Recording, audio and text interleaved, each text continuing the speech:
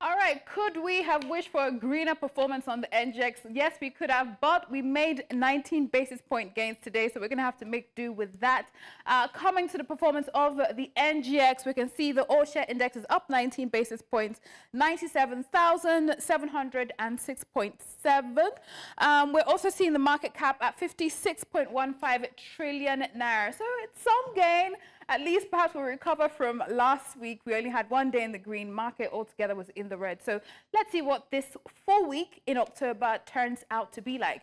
Let's come to the top gainers for today. If we can have that up. We have Fidelity Bank making a rebound. We know last week it was one of the top three decliners for the week, but they're making a rebound. Of course, there's the announcement of their dividend payment, about 80 kobo per share, and they also had their earning results come out. So yes, they're up 10% today. ABC Transport up 9.76%. Livestock Feed as well, 9.76%. So they're both in together.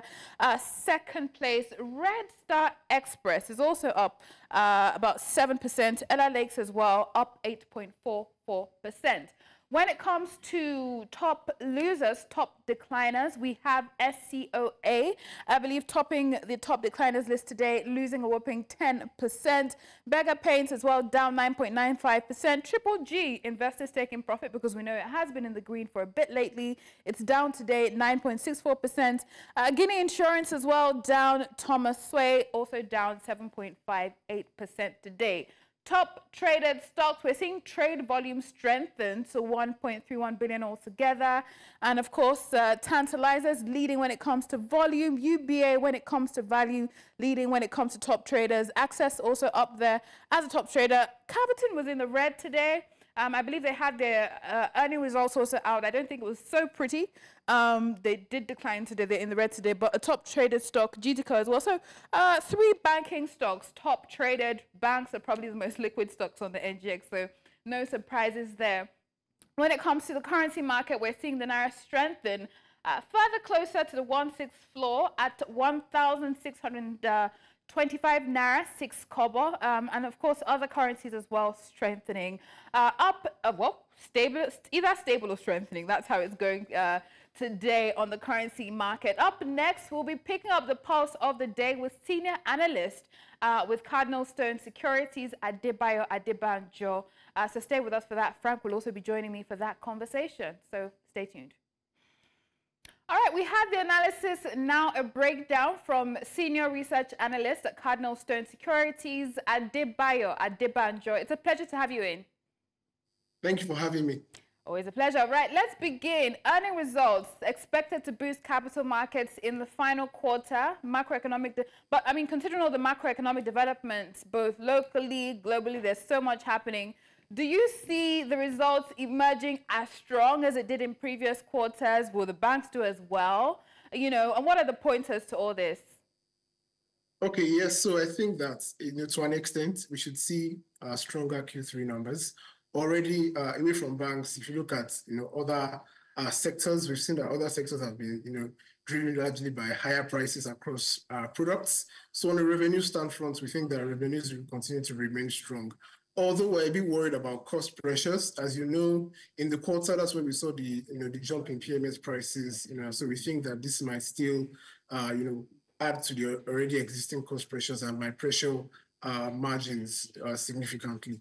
On the FX front, and I'll get to banks in the GIF, we think that the slower decline in quarter-on-quarter currency at the NAFEM window should kind of forestall weaker FX losses for the quarter. We should see smaller FX losses for companies like consumer goods, cement producers who have been hitting hard by these FX losses for the most part. So we think that just because the currency stabilized in the quarter, we might see lower FX gains on that front. And then for the banks, we think that most of the FX gains that have been reported already for the year is probably what we would see, in their earnings for Q3. We do not see, any other significant jumps as far as FX gains, for banks would be. I think the most of FX gain that we'll probably see will not largely be a currency thing will probably be movements in the equity investments that some of these banks already hold. So of course, if some banks have financial assets like the likes of an Nvidia, right, or a Tesla, or that has been doing very well over the course of the quarter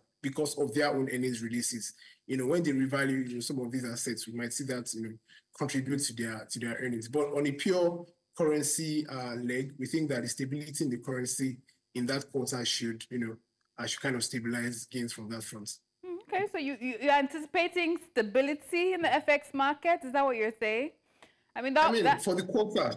I'm speaking for the quarter because the quarter ends in September, and when you look at the NAFEM window between the end of June and the end of September this year, you see that the jump in the currency. I mean, the weakness was about 2.6% thereabouts. So the weakness in the currency was not very pronounced in the quarter, and this is largely driven by the CBN's efforts to stabilize the currency through multiple interventions in the market. So I think that has borne some fruits for the market, and that's why we do not think that either on the loss or the gain fronts, we think that it should be minimal in the quarter. I mean, that would be that should drive positive sentiments, to some extent. Okay, I mean, it'd be interesting to see that play out. But, sticking with, currencies, there's a lot of talk about the naira right now and seeming volatility on some level. How do you think that will also influence investor sentiment around certain stock and their investments altogether? Right. So, like I already said, given the relative stability that we have seen in the currency because of how the CBN has been intervening in that market, we think that this would improve carry trade, especially from the foreign investor point of view. Of course, as you know, the carry trade looks at currency stability and, of course, interest rates. And as you know, when you look at the past OMO auctions that we've seen in the past couple of weeks, the CBN is very, very excited to give foreign investors very high juicy rates. And then when you compare this with how naira has been stable over the past couple of weeks, it just gives you the sense that we might see increased foreign investor participation in our markets. In fact, when you look at FPI participation data for the NGX, we've seen an increase in the month of August. September data is not out yet, but as of August, we've seen an increase in foreign investor participation on the NGX, even though this has largely been dominated by domestic players. So this just gives you a sense that investors are monitoring the stability in our currency. And of course, coupled with the high rates, like I already mentioned, it allows for very improved carry trade performance. I mean, interesting. I mean, we hope to see how that plays out ahead in the quarter. Let's come back to, banking stocks and, their perceived or projected performance for the final quarter. And even right now, we have Fidelity Bank. They came out with their results, I believe on Friday. But in a build up to that, unlike, the trend typically is, we saw them trend downwards, right? And, today, obviously, they're making a rebound. What are your thoughts, about their results and what we witnessed with, first of all, a strong rally initially, right, considering after, confidence around successful completion of their capital raising exercise. And then last week in a build up to their results, we saw the decline and now a rebound. What would you say are investor sentiments around that stock right now and their results? Okay, so I think that the sentiment largely is because we've seen a lot of shakeups in tier 2 banks. There's been market hearsay of significant activity across tier 2 banks, largely the likes of Sterling as well, and I think that is what is feeding into Fidelity, right? As far as Fidelity's capital raise is concerned, we don't exactly have direct figures as to how much was raised. I mean, we do know that the company said it was oversubscribed, but we don't know by how much or how much they have raised.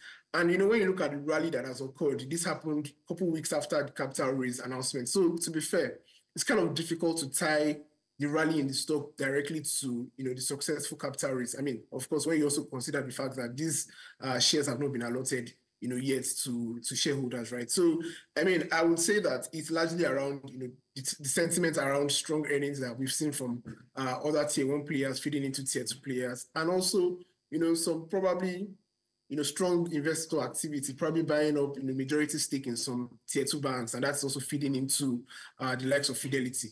But of course, Fidelity has also published very strong numbers, and of course, the dividend is pretty decent. And I think that's what has driven that rally. So of course, as you know, banks are profit taking is always very close to the rallies. It doesn't rally for too long before investors take their profit, and so that's what we saw in that decline last week. But of course, again this week, investors are picking up those declines and they're looking at these attractive entry points again to take position. And so that's why we saw the stock rally again today by 10%. So if you would ask me if it's going to stay 10% again tomorrow, that would be a very difficult question to answer. In fact, if I knew the answer to that, I would not be doing this job. But, blogs typically have shown that, rallies do not exactly go for too long because, as you said, they are probably some of the most liquid stocks on the index. So the volatility is, very abound. I mean, we'll be monitoring, of course, the rally, whether or not it continues again tomorrow right here on the show. But it has been a pleasure having you in on the show, Senior Research Analyst with Cardinal Securities, Adebayo Adebanjo. Thank you. Thank you. All right, that's on Pulse of the Day. But of course, Frank Fagbo will be up next with key metrics, an interesting part of the show. And of course, we'll also get some insight into what's happening on the African market. So stay tuned. All right, we're here now for key metrics. Handing over to Frank Fagbo to take it away. All right, this is key metrics. And if you look at what is happening in the financial sector, you see that some of the David, many of them, the underdogs are beginning to roll with the big boys. That's what you are seeing based on this particular report. You're seeing that PalmPay, OPay, and other mobile money operators processed not less than 41.5 trillion naira in transaction. And all of this happened in just 7 months. Now imagine in Nigeria where cash is no longer king.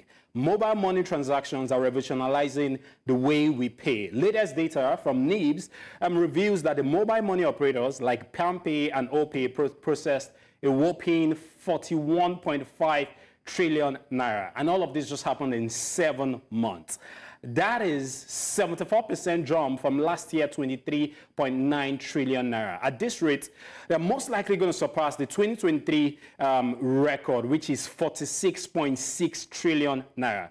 Now, just get your eyes glued to the numbers so you understand what we're talking about. Nigeria's shift to a cashless policy is one of the driving growth. It's one of the reasons why we're seeing exponential growth as regards some of these fintech companies. The central bank's cashless policy is also one of those, limiting daily withdrawal to 500,000 naira for individuals and 5 million naira for corporates. All of this is literally paying off. With 17 licensed mobile money operators and over 200 fintechs, Nigeria is literally embracing digital payment. Despite a brief regulatory setback, sometime last quarter, we saw the setback that CBN brought about as regards so many of these fintech companies, telling them to just put a pause to onboarding new customers. All those policies literally did not it made them really stronger, and you're seeing them literally overcoming and conquering more market, taking over much more territories. 41.5 trillion naira is no joke in any economy, and despite the brief regulatory setback, mobile money transactions are thriving. The total e-payment across all channels hits 566.3 trillion naira from January down to July. Let's take a look at a few of their numbers. Let's crunch a few numbers. The key data points to note: 41.5 trillion naira mobile money transactions from January to July, and this is 74% growth compared to what we had last year. It's an increase from last year. Last year was 46.6 trillion naira, and we're at the start of the final quarter of this year, and we're closing in on that. Current data is 41.5 trillion naira, and the entire 2023 was 46.6 trillion naira. So obviously, we're literally going to beat the record. 2023 mobile money transaction clocked all channels 566.3 trillion naira. The total e-payment also was saying that the 17 licensed mobile money operators, 200 plus fintechs in Nigeria, and all of these guys are literally contributing to the 41.5 trillion naira in total. That's some massive revenue, if you ask me, and it looks like the underdogs are beginning to roll with the big boys. So you really think that they are on some level of threat to the legacy banks? It is, and I think that one of the major reasons why we're seeing all of this is the proliferation of POS machines. You're seeing a lot of Nigerians are no longer making use of the ATM. And of course, that was buoyed by the naira redesign. Remember that, since everyone has a POS for payments, even at some point, Malam had a POS for payment. Every supermarket has, and it's mostly the fintechs that are leading those POS payments. It was more or less like a blessing in disguise. It was, and I believe that perhaps was a huge catalyst, you know, for some of these fintechs. But again, CBN has clamped down on them, and some will say for good reason, right? Security of transfers. They're those, I mean, when it comes to some of the largest transactions, I'm sure people would rather go to the legacy banks than the fintechs when it comes to security and all those things. So they definitely still have some way to go with gaining trust, right? Especially when it comes to larger transactions. I think for now, you're seeing that Nigerians are no longer, that trust gap has literally been closed, because a lot of Nigerians are patronizing some of these fintechs because you get your alert instantly. Yes, and that's one of the major reasons. Transactions, for minor typically, transactions. you wouldn't put your life savings. The minor transactions I'm not sure people at that point are the backbone of the Nigerian economy, the informal sector, the 1,000, the 500, the 200. But do you think they'll ever get to that point of, you know, bridging that trust gap when it comes to handling those larger transactions as the legacy banks Numbers don't lie. 41.5 trillion naira. you can have that value without trust in any market. You can't have that value without trust in any market. That's where we're seeing this huge sum. These guys are taking over.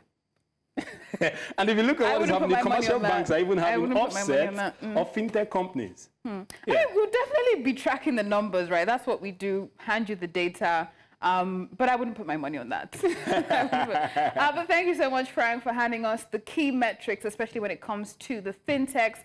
We'll continue to monitor all that and more. Let's get a quick glimpse at the African markets. Green, pretty much, across all the exchanges that we cover here. Johannesburg, Morocco, Egypt, you know, Nairobi and Ghana, all in the green. Let's see if we can keep up this momentum. The bulls can take over the week. We'll continue to track that right here on the show.